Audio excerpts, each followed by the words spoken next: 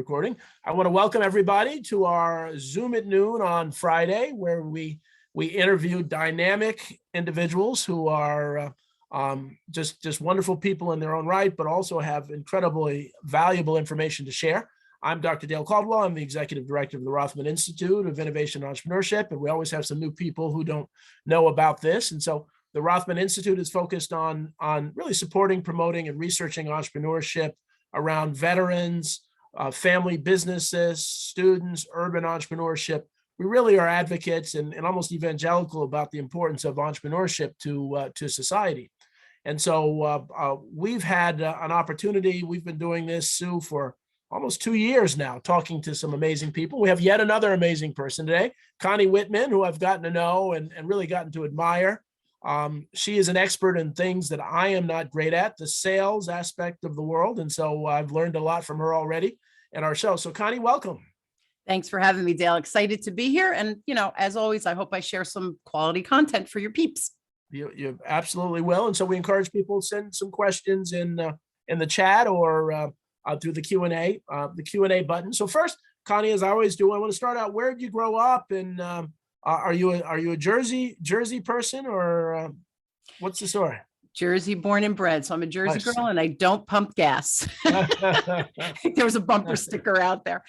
So yes, Dale, I grew up in Newark, New Jersey, during the 60s into the 70s. And then during the riots, which got pretty bad in Newark, my dad realized there was 3 girls and my brother. So there were 4 of us. I got to get these kids out of here. Education we were in the public school, actually we're in the Catholic school system.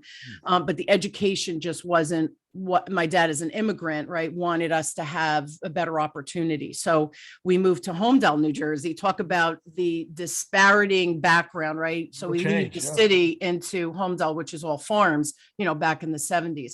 So that was an impactful experience for me as a child, which is interesting as well.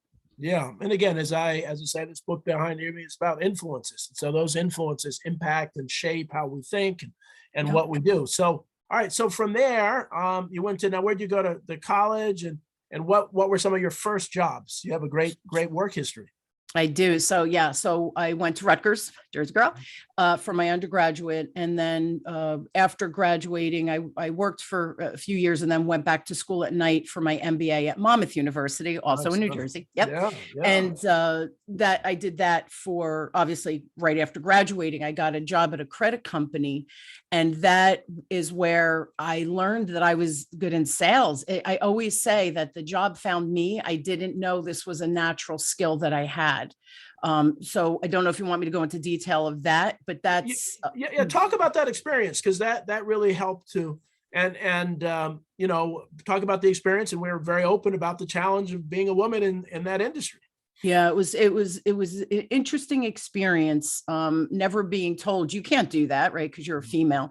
And so I worked for a credit company, and at the time, leasing wasn't a thing like it is now. Back then, though, we're talking in the 80s, leasing was really good for business owners. They could write the entire payment off versus keeping track of mileage and all of that. So I started to get these deals in that were retail deals, but they were business owners. So I would call up the dealer, the salesman, and I'd say, listen, you're really doing a disservice. You can help the client more, blah, blah, blah, blah, blah. And they were like, we don't know how to do that calculation. So I'm a finance major, right? So I'm like, let me teach you. So I taught them the calculations. And this is the coolest thing, right? That happens when you come from a place of education. So I educated all of these salesmen. They started making more sales. So yay for them. The dealer was happy because they were making more sales. Yay for them. This was the coolest piece. The business owners were so appreciative because no one had told them this, right? They didn't know. We don't know as business owners, right? We don't know what we don't know. So now they get to write this whole payment off. Well, what do you think they did? They talked to their friends and started bringing them to see Dale at the dealership. Hey, he did good by me. I think you should talk to him, blah, blah, blah. So everybody started winning and making money or saving money on the business side. So a sales position came open at this credit company, and all the dealers, all these men are calling me saying, you should apply. And Dale, I said, why would I apply? I don't know anything about sales. And then, what do you think you've been teaching us? So I went, this is the part of the story. I went into my boss and I said, they're telling me I'm really good at sales. This is what I've done. I gave him some of the quantifiable numbers, right, to show him, I think I'm pretty good at this. Right. And his response was, you're a female. I can't promote you. The industry won't, the company, but the industry as a whole, the car dealership industry won't allow it.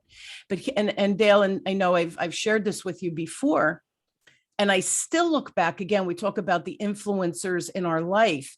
He saw something in me that I didn't, because his next response was, you need to get out of here, kiddo, and find a job, because you work hard, you're smart, you're going for your MBA, all of these things.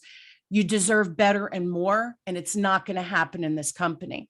And so he allowed me to interview and stuff like that. And I'm always appreciative of that, because that wasn't his decision to not, it wasn't his personal bias or whatever, not to promote me because I was a female. The reverse of that, he saw the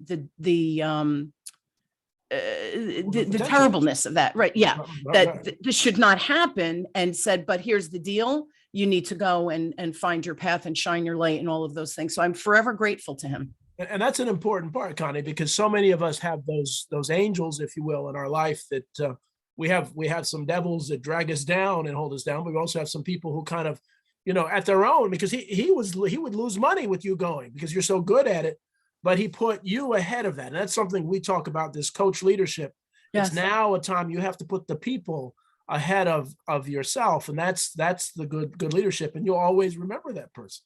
And absolutely, that's really important. All right, so now where'd you go after that? What happened next? So then, like anybody else, I left, got a job, and it's so funny. This is such a 20s something thing to say. So I went out to dinner with friends, and I'm appalled, like I'm a female and they won't promote me, and I was complaining. And so we went out to dinner, a bunch of us, and one of the men that we were going for MBA at night, we were having dinner, and he looked at me and he goes, you have a good personality, you're smart, why don't you go get your insurance and investment licenses? You have a finance degree, you're going for your MBA in finance, I think it's a good fit. My reaction, I do have a good personality and I'm good in finance. I think I'm going to go and do that. And that was the extent of the thought process for that. Right. So I went, and while going to school at night, I got my licenses. I did leave the company, went and got my insurance licenses, my Series 7 licenses, all of those things. I like education. Can you tell? I like learning. Yeah, and then I did investments in insurance for a few years, translated into banking. That's why I know Bryce at Provident. Provident was one of my clients. And I just got into banking in the 90s, late 80s, early 90s. And I became a regional sales manager, and I loved it. I loved teaching people how to sell. Again, the jobs kind of found me, Dale. Did the opportunity present itself because I was open to it, right? There's a whole science behind that. But yeah, so I got into banking, and I never looked back. I found my family, if you will. Yeah. Well, banking, now, normally people say, well, banking and sales, those are the total opposite things. What does banking have to do with the sales? So how do you make that transition? So it was really cool, because I remember when I got hired, I was in a meeting with the CEO and the president, and when I became a regional sales manager, and they're talking about strategic plan and the company, and I'm sitting there thinking, my people don't know how to do that, right? So I had about probably close to 100 branches, right? So I had a lot of employees, and I'm thinking to myself, they don't know how to do what they're asking them to do. So I, of course, raised my hand. I'm not afraid to be verbal. And I'm like, our people don't really know how to do this. And the CEO looked at me and he said, and that's why we have you go and teach them and figure it out. I was like, okay, dude, like I hear the message loud and clear. And I'm competitive, Dale, also. So we had 5 regions back then, and I had to be number 1 because I'm competitive.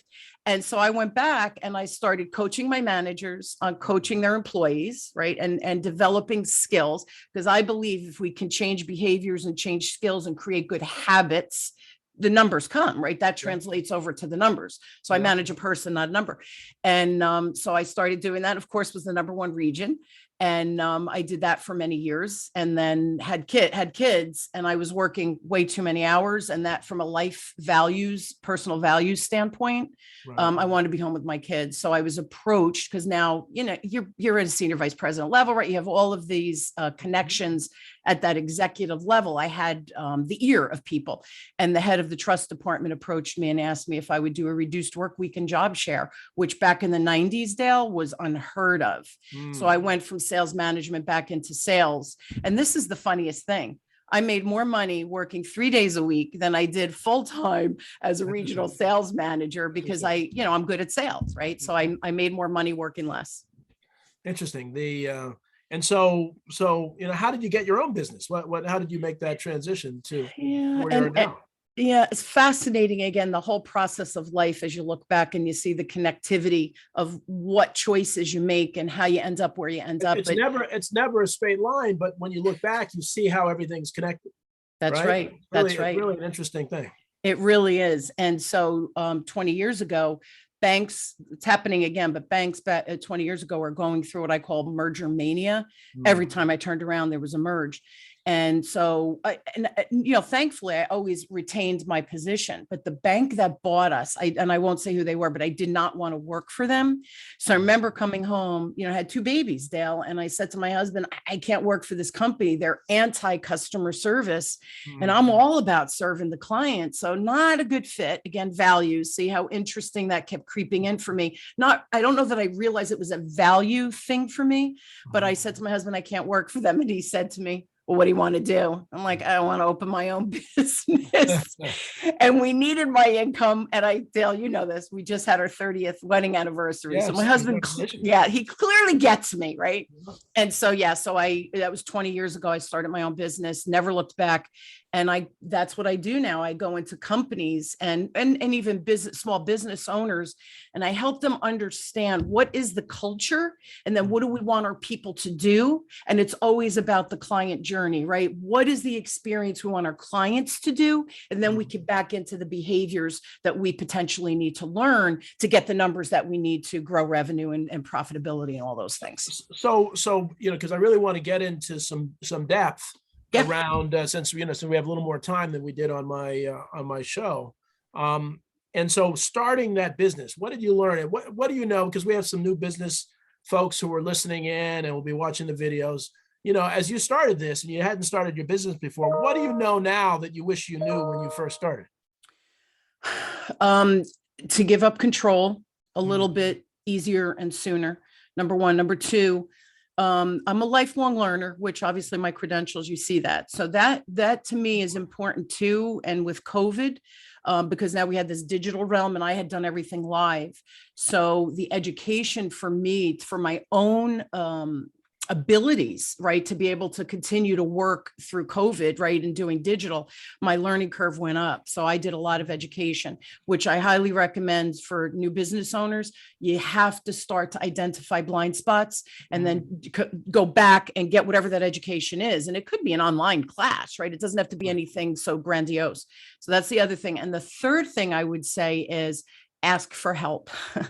I felt like I had to be super mom and super business owner and super this and super wife and super, daughter. And it's ridiculous because they're all false expectations of being able to do everything. So I should have asked for help sooner. I wouldn't have been so overwhelmed and close to burnout.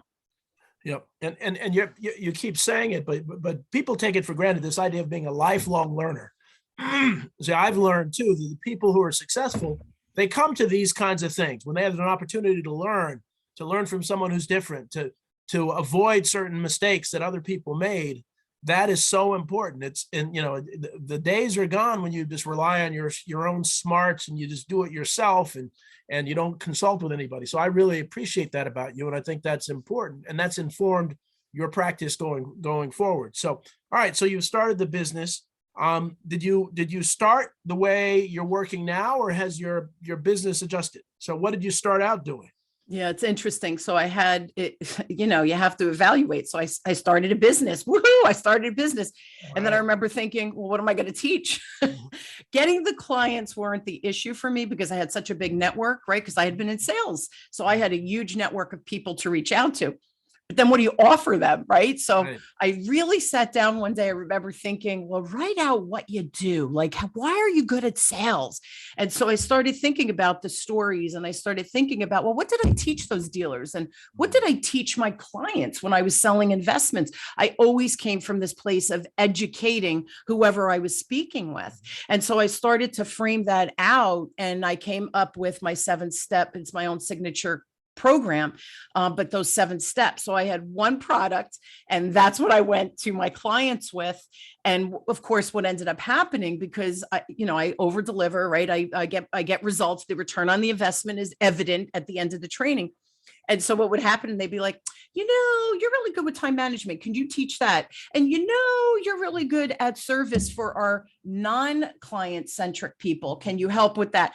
And so I started creating programs based on need. And that's another tip for business owners. Wait till the need is there, then create the program. Don't create the program and then look for the problem, right? So the problems found me because my clients trusted me, and I just started creating extra curriculum. So now I probably have about 20 programs already created. So you're saying, listen to the customer. Sounds so Yes. basic, but so many folks, and I even see people, new entrepreneurs, I've got the best product in a new water bottle. I love it. Everybody's going to love it the way and then they don't sell anything because they didn't understand their customer base. And so that's an important thing you said. The other thing was really important is that it's about teaching. I think a lot of people that aren't good at sales go into it and think it's about selling, but it's really about teaching. So, and I want to get to, if you're willing to share your 7 principles, I'd love to walk through that with this group. And I hope people have a pen and paper, because it's gold. Yeah. And before I get to that, I think we have time. So before we get to it, I want to just kind of frame this out a little bit, set the container, and then I certainly can go through my 7 steps. It's pretty easy. But here's the thing. Foundationally, there's 2 conversations going on all the time. So it's the conscious. Think of an iceberg, right? So you have that little view above the water is 10%. Right. So 10% of our conversations are very conscious. You and I, what we're doing, we see each other. I'm speaking English. You can see my body language. I'm very, my energy comes through, right? Because I'm very body language oriented. All of those things is very conscious. Okay.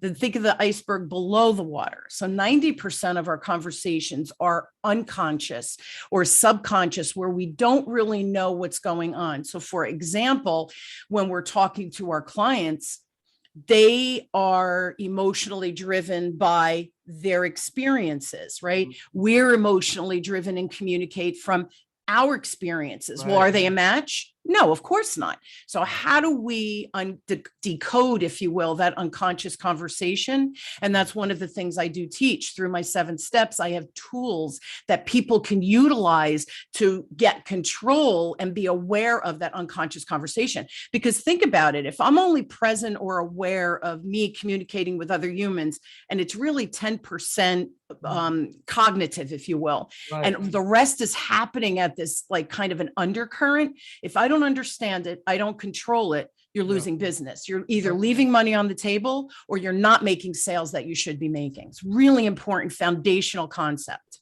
So this concept, is it just good for people selling cars or selling? No, it's really good for everybody in every present.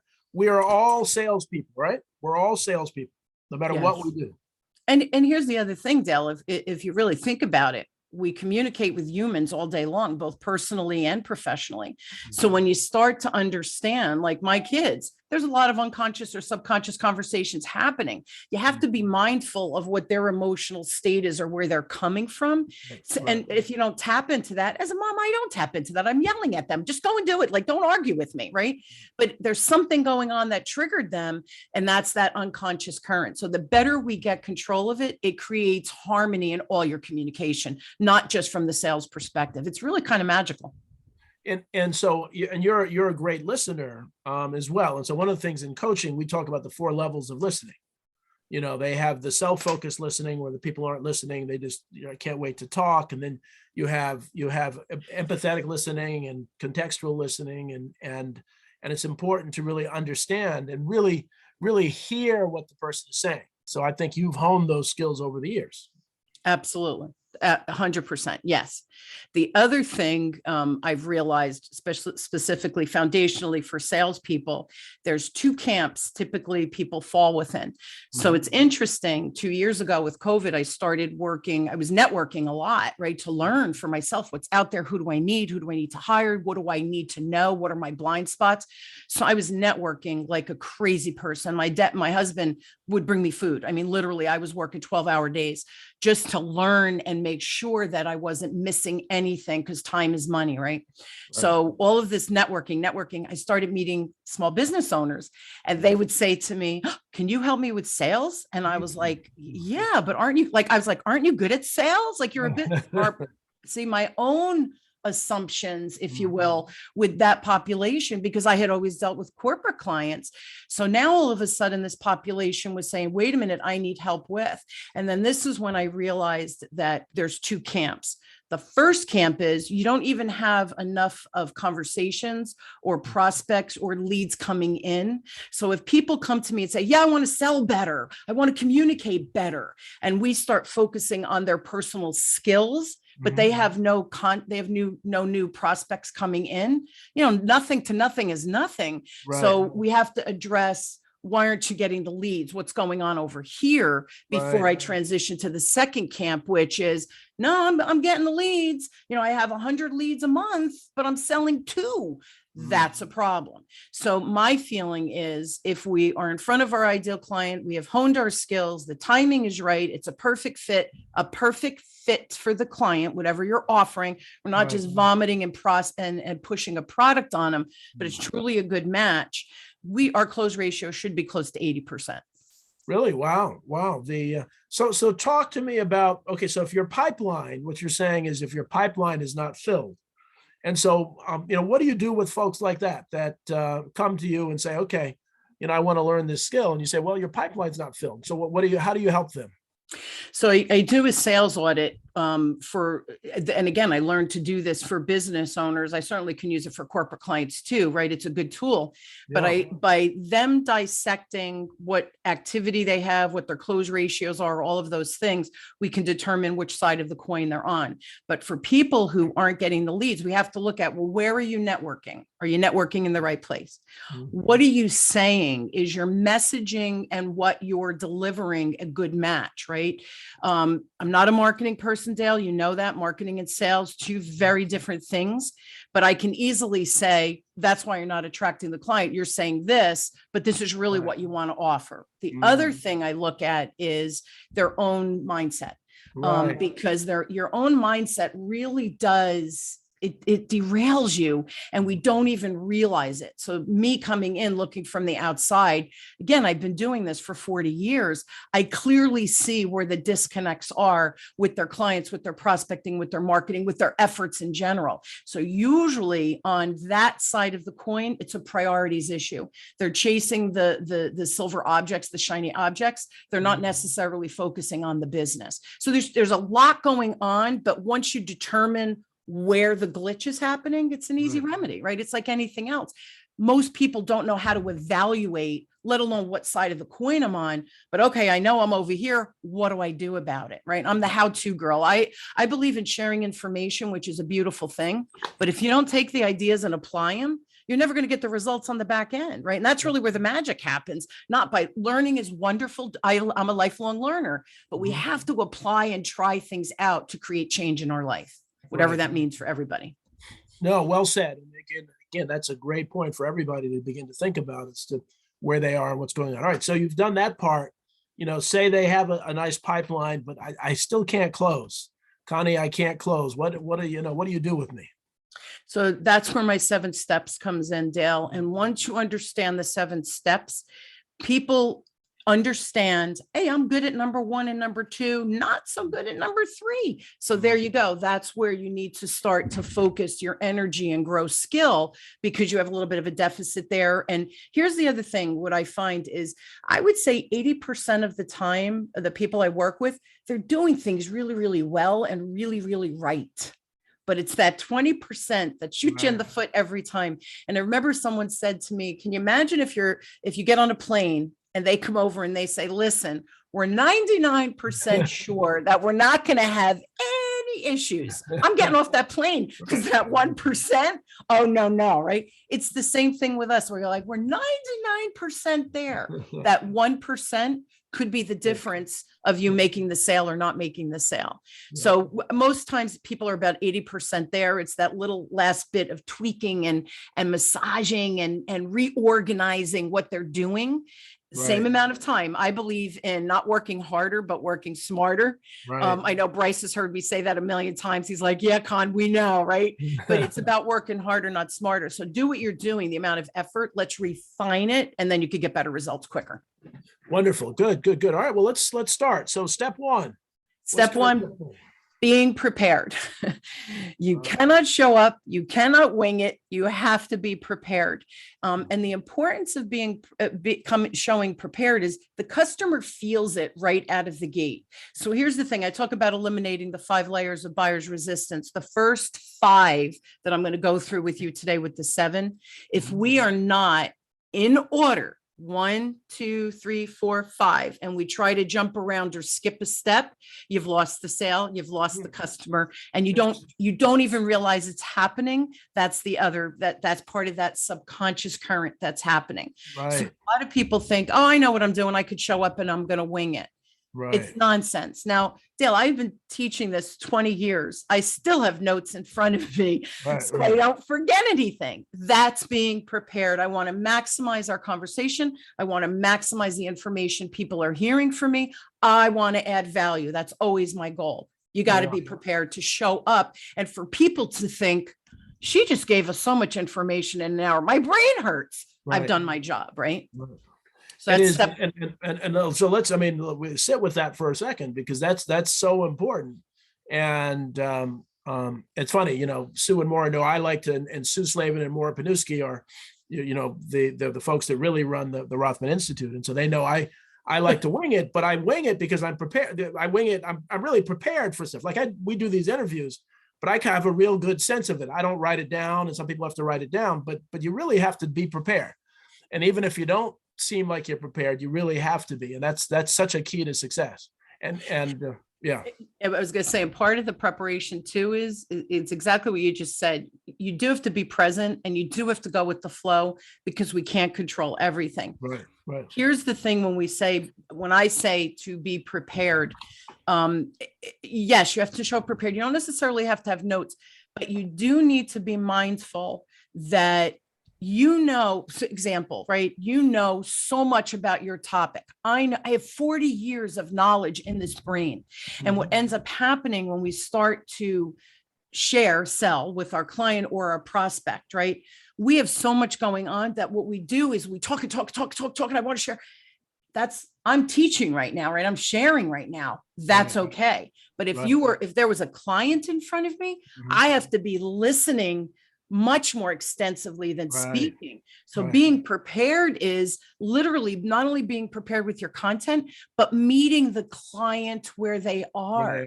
So if I'm talking to a new business owner, my conversation is going to be drastically different than someone who's been in business 5 or 10 years that is just trying to work the same amount of hours and make more money, right? It's going to be a very different conversation. You have to be prepared for that, right? And know what you're showing up for, and be prepared to listen and really listen to what the client situation is. So that's important too. Yep. Absolutely. So what's 2? What's number 2? So 2 is how we communicate, and that's the building rapport. And you've heard it, 30-second commercial, your elevator speech. And I believe you wouldn't say to a client, so Dale, I'm meeting you for the first time. Let me tell you all about Connie Whitman. That would be obnoxious and not really a cool thing to do. But what I find is most of the people I work with, they have this very vague value statement. So people hear and they go, oh, okay, not really sure what you do. So I don't even want to say, hey, I'd like to work with you, or I think I need your help, or I think I might have somebody I can refer to you. It's distorted. So we really need to get your 30-second commercial concise. And for Zoom, what I found is I help my clients get their value statement down to 17 words. So you put it into the chat, but it's enough for the hook for people to say, I get exactly what you do. I think I want more information. The other thing goes, all of my steps are linked as well. So let me go back now. Prepared. What does that mean? When you show up for a Zoom networking and they say, put your information in the chat, and everybody puts their links, and you put your 17-word and maybe your email address, if you'd like to connect further, people are going to pause and say, wait, what did she write? And they're going to actually read yours versus LinkedIn, like, yeah. They have all their connections with them. It's all about them. where now you're putting information out. If I can help you, this is what I do.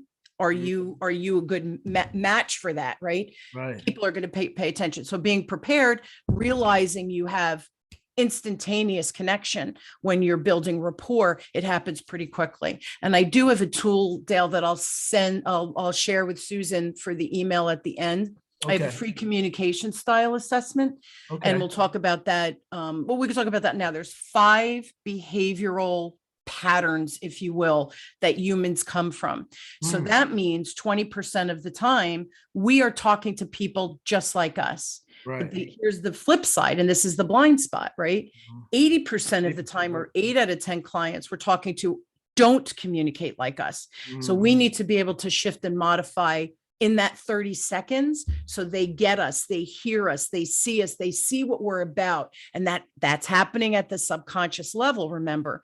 But I do have a tool to help you define and discern what's my style. I don't want you to label yourself, but what is my style combination? What are my superpowers? How you naturally show up and how people naturally see you. But then we have blind spots, which is the way we don't communicate. But that means I'm communicating with people who don't communicate with me. I need to be able to modify and shift really, really quickly to make sure that I'm addressing them the way they need to be addressed. And people do tell you how to sell to them. Right. But that takes practice, right? In order to jump from this 20% to that 20%, you've really got to kind of develop that skill, right?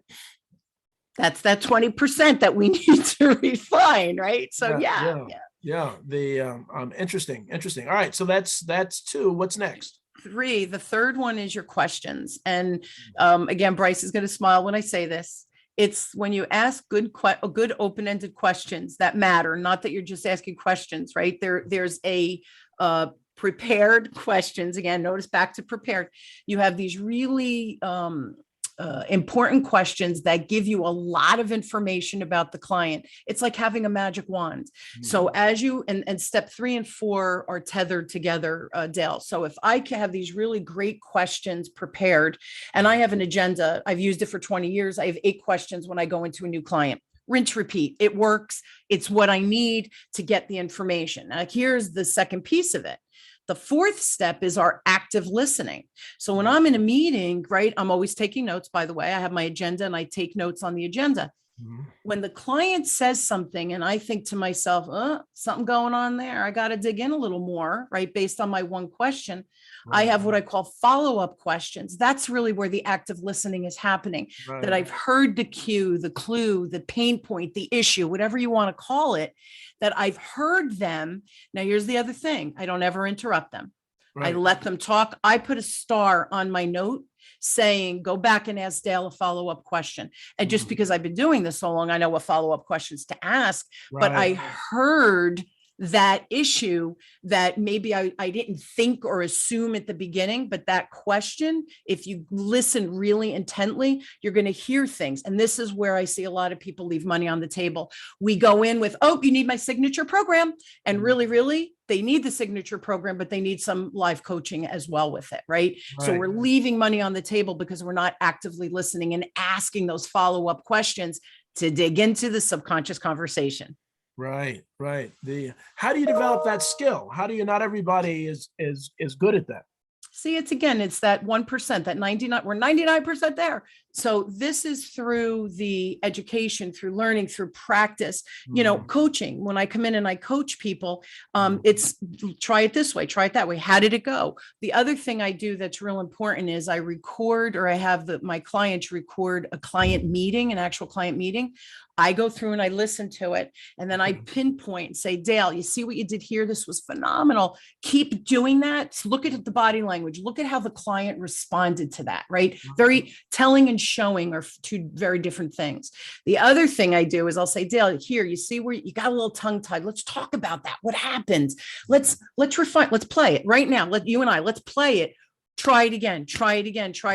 So this is a safe place. So when you get in front of the client, you're not even thinking about it. You know how to ask those follow-up questions. It's practice. It's like anything else. It's developing the skill. Well, but this is, I love this because it really mirrors sports training. I'm a tennis, I teach tennis. And so, the same kind of practice, practice, practice, practice, work on that weakness and do that. And as basic as it sounds, very few people do it. They don't think of their business as being, the best athletes in the world have a coach. They practice. Why can't the best business people do the same thing? It's true. And here's the thing. I think because it's a blind spot. If I don't know what I don't know, I don't even know what to ask, right? So that's why these types of presentations, people come back to me and say, I think I have a problem, because they understand, we know ourselves. No one has shined a light to say, have you looked at that? And they go, I never looked at that. I didn't know that was a subconscious conversation. So all of a sudden you're shining a light and they think, oh, I think that's maybe my 1%. I don't know what to do. And that's where people fall. So what happens when I don't know what to do, people either bury it. I'm not good enough. The self-talk, the mindset. I can't address that. I'm never going to be able to do that. Connie's great. I could never duplicate that, whatever. That's negative self-talk. Or the flip side is, you know what? I know I have this problem. How fast can we fix it? So sometimes I have to work with people, keep them in my pipeline, and they follow me through my newsletters and my podcasts. And so I'm always sharing information, and then they'll reach the point where, I feel like you're talking to me all the time. Can you help me with X, Y, and Z? And then it allows them time to do a little self-assessment. And there's nothing wrong with that. It's everybody has to be in their time and place when they reach out and ask for help. But if you don't even know what to ask help for, that's where I see a lot of the problems. So breaking these down into these 7 steps, people have these aha moments saying, oh, yeah, that's where I need help with, right? I'm not really good at that listening, or I'm not really good at asking questions, or whatever it is. Do you help people, obviously they're working with you, but then they go home and they want to practice this, to help them work with their spouse or their family, or really practice this? What are some of the tricks that people even here can go home and practice with somebody that they trust? This is such a great question, because it's not just in the classroom. Real learning happens in the real world. Oh, by the way, right? So it's when we take that skill and we apply it, and we have epic fails.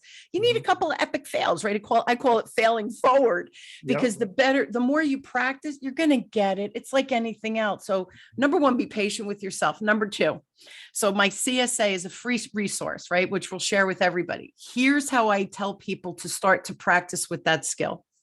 Take the CSA, read your report, understand where you come from, right? And then on my website, I think I have the companion book. I think it's 99 cents, right? So if you want that, 99 cents. Anyway, you go and you understand your communication style. And then what I say is, when you know enough, where you start to say, oh, they're a precise assessor, oh, they're a stimulating motivator, whatever the 5 categories are.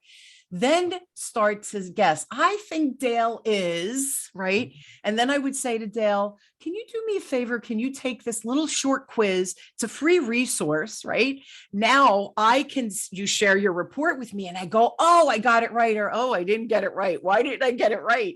So you could start to actually use people, your family and friends, right? And then have them take the CSA, but try it before you have them take the CSA and give you the answer.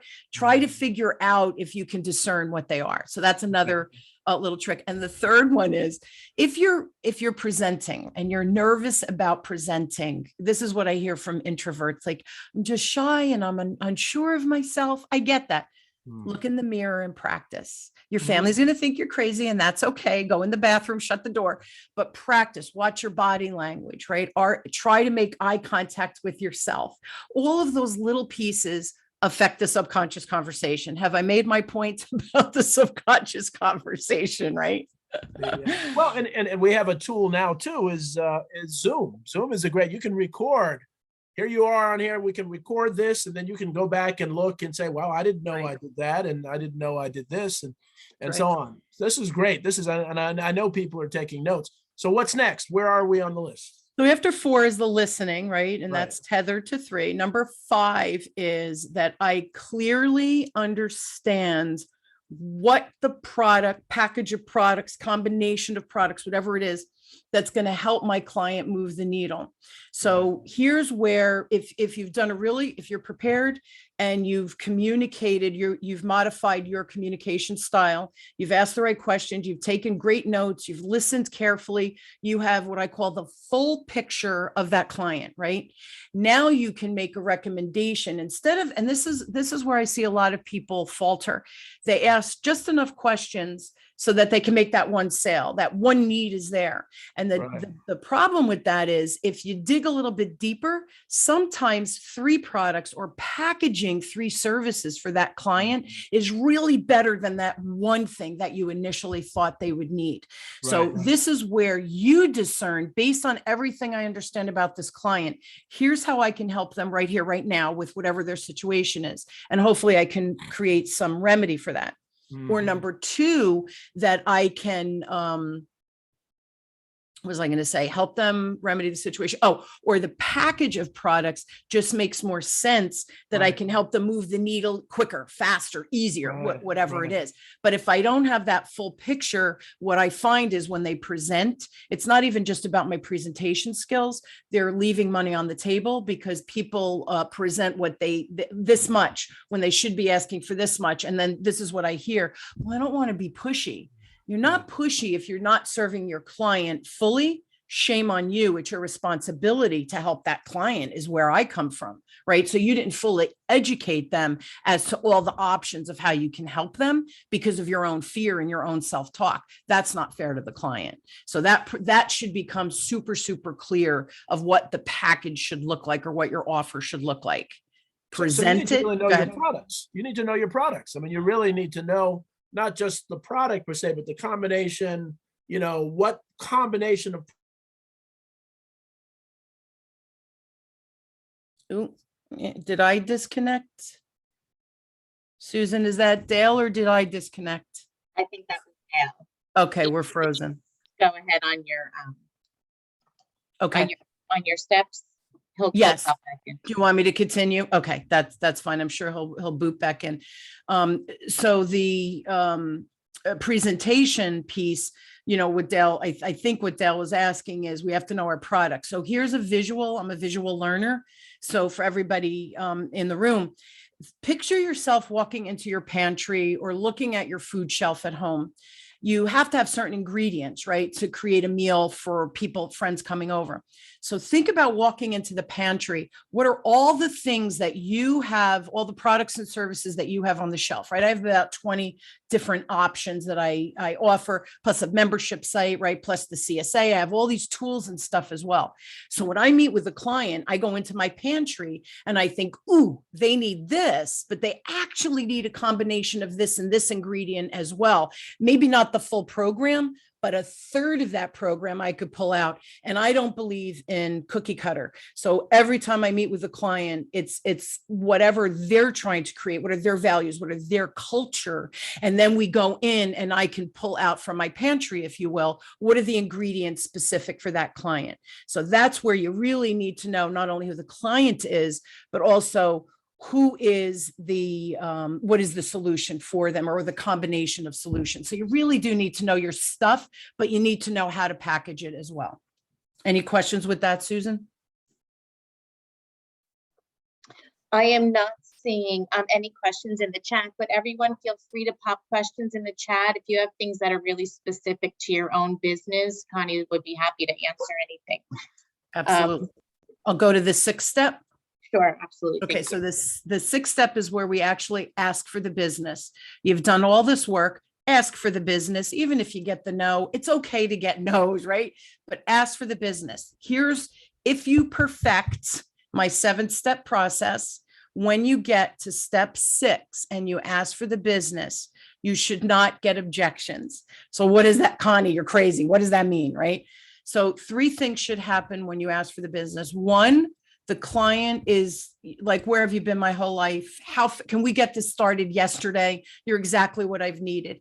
Your conversation, your solution, what a perfect fit. That's such a beautiful thing when that happens, right? So client says, ooh, let's get it started. Second thing that happens is you say to the client, you're not ready for me. And I alluded to this at the onset with Dale. when some clients, they follow me before they choose to work with me, and that's absolutely okay. But sometimes I say to a client, you have all these things going on. You're just not ready for me right now. Let's wait and do XYZ before you and I actually start working together. So what I do is I give them things that they can work on without my help, but to start to think about, to start to observe. And then by the time they start working with me, the rubber's hitting the road pretty darn quickly. But I say to them, you're not ready for me. Here's what you need to do first. And the third one is, and it's not objections, I say to the client, I'm not the right fit for you. I'm not the one who can help you with, and then I'll reiterate what I understood their situation is. And then I'll refer them to Dale or Susan or John or whoever it is that I feel really can help them. So notice three things. They're eager to work with you. Where have you been my whole life?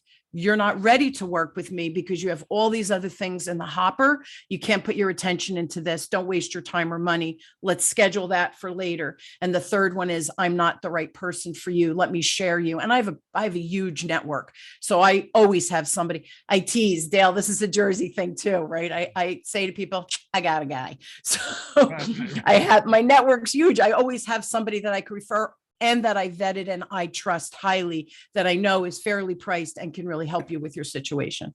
Well, great. Yeah, sorry, I have someone working here. They pulled out the wrong cord so that my internet went off. So did you get this question, prospecting? Do you I did feel not. I need to connect on LinkedIn to let them know prior to a phone call? Sorry, again, can you repeat it? You checked out Yeah, a can you minute. say, in the question, Mitch asked, prospecting, do you feel I need to connect on LinkedIn at least to let them know I will be prior to a phone call? I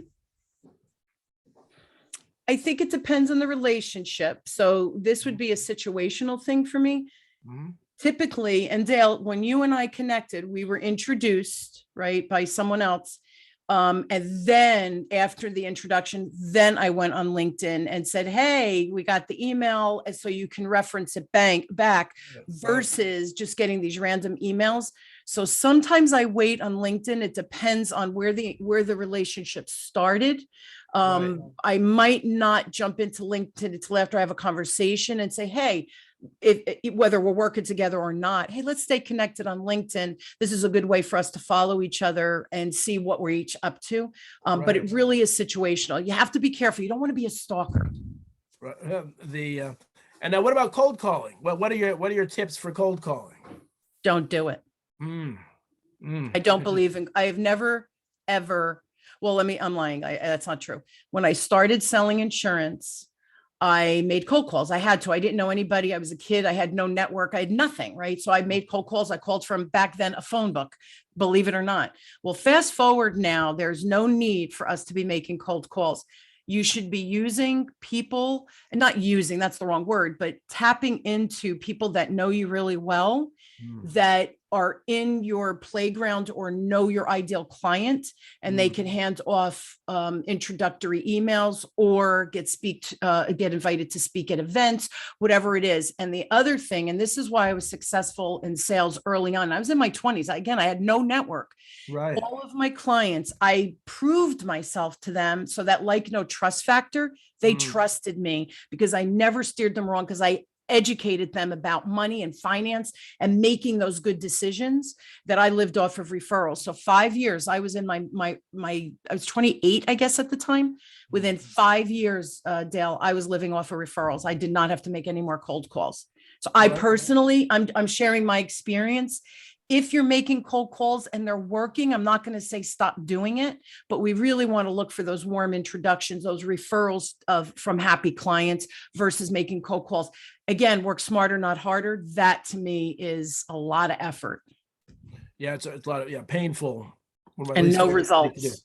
But Connie, people are, I know there are people watching and saying, yeah, this is great, but look at Connie's personality. She's dynamic, she's energetic, she makes you feel warm. I don't have that. I'm an introvert. Well, what do you say to the introverts? How do the introverts, It's funny, most of my business clients are introverts. And this was fascinating too, right? I think, oh, people are going to resonate with me with my personality. And the introverts are the ones who resonate with me because here's the thing. And this is one of the things I do teach, Dale. I always ask, who do you think is the secret sauce? What do you think is the secret sauce in this whole sales process? And 99% of the time people say, well, your process, you know what to say and you know how to present. And that's not correct. You are the secret sauce. So I could teach you the infrastructure, right? Of what the process should be. And it's logical and you can't jump around or you lose the sale, right? All these things I'm teaching right now. At the end of the day, you're the secret sauce. So how do you take that, make it your own? But here's the difference, right? You could see I'm passionate about this. I love teaching. I'm blessed that I get to do what I love every day. I love to speak. Well, passionate people can be quieter and not like me, like woohoo, right? So you could be passionate and people will feel that even if you're an introvert. You just have to know how to craft your message and use your secret sauce, bring your heart forward. And that's easy to do because if I give you the tools to do that, it's easy for you to execute from that introvert perspective. You don't have to be an extrovert like me to be good in sales. I don't believe that. But what I'm hearing is that it makes sense to be passionate about what you're offering. That you don't have to be loudly passionate about it, but you really have to be. It has to come across that you love what you're doing, and you right? know what you're doing. You have to be an expert, otherwise, why are people going to listen to you, right? Yeah, exactly. And so. So now, all right. So we've gone through your process. Wait, there's one more step. Can I share the last step? Step 7. Okay. I don't know if you got it when I was away. Okay. Nope. Good. Step 7 is follow up. And this is where I see a lot of people shoot themselves in the foot. It's something like the statistics. 96% of business owners and salespeople follow up to about 3 or 4 times and then stop because they feel they're being pushy or, well, they're not interested. Humans have a 6-second attention span. Goldfish, by the way, have a 7-second attention span. So that puts it in perspective, right? We have a 6-second attention span. Right now, when I first started in sales 40 years ago, the client needed to hear from us 5 to 8 times. Now they need to hear from us about 13 to 18 times. Wow. That does not include one-on-ones, face-to-face. It could be an email. It could be a LinkedIn post. It could be seeing each other on a meeting venue like this, but it's now up to 13 to 18 times. So if 96% of business owners and salespeople stop at 5, why? We don't remember. We have too much stimuli hitting us. You need to continue that follow-up process. And about 2% of successful businesses and salespeople follow up past the 10th time. So just to put it in perspective for you. Oh, wow. Really? Well, that's really valuable information. And so when does it get too much? When are you too obnoxious? When does that 11th time, Well, then, and that's not following up every other day because that's obnoxious. But if you spread that out over a period of time, and then sometimes what I do where I think, I really don't think they're interested or it's not a good fit. I'll send my last email will say something like, look, I never want to be a pet. And this is exactly what I write. I never want to be a pest. This will be my last email. Please, if you need me, here's my phone number, email, whatever it is that I'm addressing. Please stay in touch. I just don't want to be a pest. And you know what happens? About 50% of the time, no, please keep emailing me. You're not a pest. The timing's just been off. And then all of a sudden, they're willing to meet with you. So, but again, I take it from I'm being respectful of them and that I'm removing myself from the equation, but they certainly could stay in contact with me. And I think it's important for us to remember that, people have never been busier than we are now. Yes. Now, some of it is fake, some of it's fake busy because we're on our cell phones on Instagram or something, but a lot of it is we're contacting more people.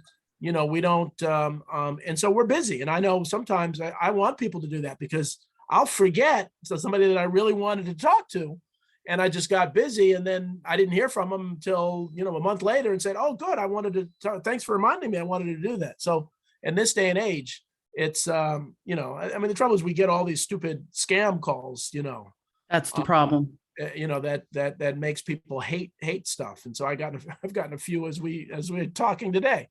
So good. Well, this is comprehensive. I know people are taking a lot of notes. So the clients, the range of clients we talked a little bit about. So the small business person, what are some of the things you've really worked with them on? The small business owner. Okay. So a lot of mindset, a lot of it is strategic. They just, I'm good at my business. I'm passionate about my business, but now I have to articulate it. And what I find is business owners, they're so excited because they've created in their trunk or in their basement or whatever it is, right? They've created this baby. And now I go in and you're so excited that you start, excuse the expression, but you're vomiting on the client. It's like, Right. stop. So as soon as we put it in perspective, as soon as we strategize, as soon as we start working and refining, usually it's refining skills is what I find. All of a sudden we make money. And I could a quick case study. One of my clients came to me and said, I hate sales. I suck at sales, blah, blah, blah, all this negative derogatory. I said, okay. I was like, all right. Gets into my program. 3 weeks in, she comes in and it's a group, a program. And she comes in and I could see she was all antsy. And I go, what's going on? She goes, I can't wait. Can I go first? Like, yes. She goes, she said, I created a package on the spot. We were 3 weeks in, so we didn't even get through all of my 7 steps. I created a package. I made $2,000 in one day. And by the end of the 4th week, so 1 month in, she paid for the program. She paid me. She had her bathroom was getting renovated, and she took a vacation that August. All paid cash. And now she hired me one-on-one now. She's like, you're never getting rid of me. I just giggle. But we're 2 months in, and we've just, again, always strategically thinking. She's on pace to make probably more than double what she made last year. Wow, that's fantastic. So we're getting near the end. So how do people get in contact with you? What's your website? And so I just rebranded to Changing the Sales Game from Whitman and Associates, because Whitman and Associates was old, 20 years old. So changingthesalesgame.com is a great place to start. Also, Susan, and I'm happy to do this for anybody on the call, the free communication style assessment, we'll put that in the newsletter or in your email. The other thing is I'm happy to do a sales audit, even if you just want to know which camp am I in or what are some of my subconscious blocks. I have specific questions that I ask. We jump on a 30-minute one-on-one free. I offer this for free to help people really discern where's the biggest bang for the buck. Where should they start? And look, you know me, Dale, I'm not pushy. I'm not going to pitch you. If at the end you go, oh, I really need you, great. And if you go, oh, thank you for the information, I did my job, I'm happy with that as well. So they're probably the 2 best ways. But my website is changingthesalesgame.com. And my podcast, Dale, you've been on my podcast. Susan, I guess we could put that as well. Free resource, tremendous guests like Dale have been on, and I share a lot of really good, my guests and I share a lot of good content there as well. Leadership, sales, coaching, business strategies, all those things. Yeah. No, it really is wonderful and a wonderful resource. And so I hope everybody has that contact information. And so, as we wind down, as you look at other sales folks in the sales business, people who are professional salespeople, are you still learning? Are you still learning from people who are really good? Because the game changes a little bit. The world changes in communication. Absolutely. The conscious and subconscious conversation, I kind of knew it, never thought about it. I hired someone, a coach, to help me with my messaging on the marketing side, because I'm not a marketing person. And as I was talking, he would say things and I'd be like, oh, that's so smart. I've been doing that for 20 years and didn't know it. So it's, again, I have 3 coaches right now. I have a writing coach, I have a business coach, and I have a person who's helping me build the infrastructure of my business so that I can leave either a legacy for my kids or sell it when I retire, in 10 or 15 years. So I have 3 coaches right now. And that's another tip. If you're a coach and you're on this call and you don't have a coach, be careful. I tell my clients, if someone thinks they know it all, that's really dangerous, right? I've been doing this 40 years. I'm 60 years old. This isn't my first rodeo, and I have 3 coaches right now. So we all have blind spots. Just constantly learn and reach out for help. That's my biggest recommendation. That's it. And the name of your podcast? Changing the Sales Game. Changing the Sales Game, right? But that's a powerful message. The best athletes in the world have their own personal coaches. Why can't people do that? So the fact that as successful as you are, you have 3 coaches is real testimony to, your willingness to learn and adjust the game. And every one of them, everybody on this call should really think about that and have some kind of coach that supports them. So Connie, again, time goes by so quickly. Just want to thank you so much. This is Thank you. chat, a lot of information. A lot of people found this very, very beneficial as anticipated. I want to thank everybody for watching and giving up your lunch hour, and hopefully you had a good meal while you watched us. So thanks so much. Have a wonderful weekend, and we will see you next time on our Zoom at noon. But Connie will be in touch. Take care. Thank you. Okay, bye-bye, everyone.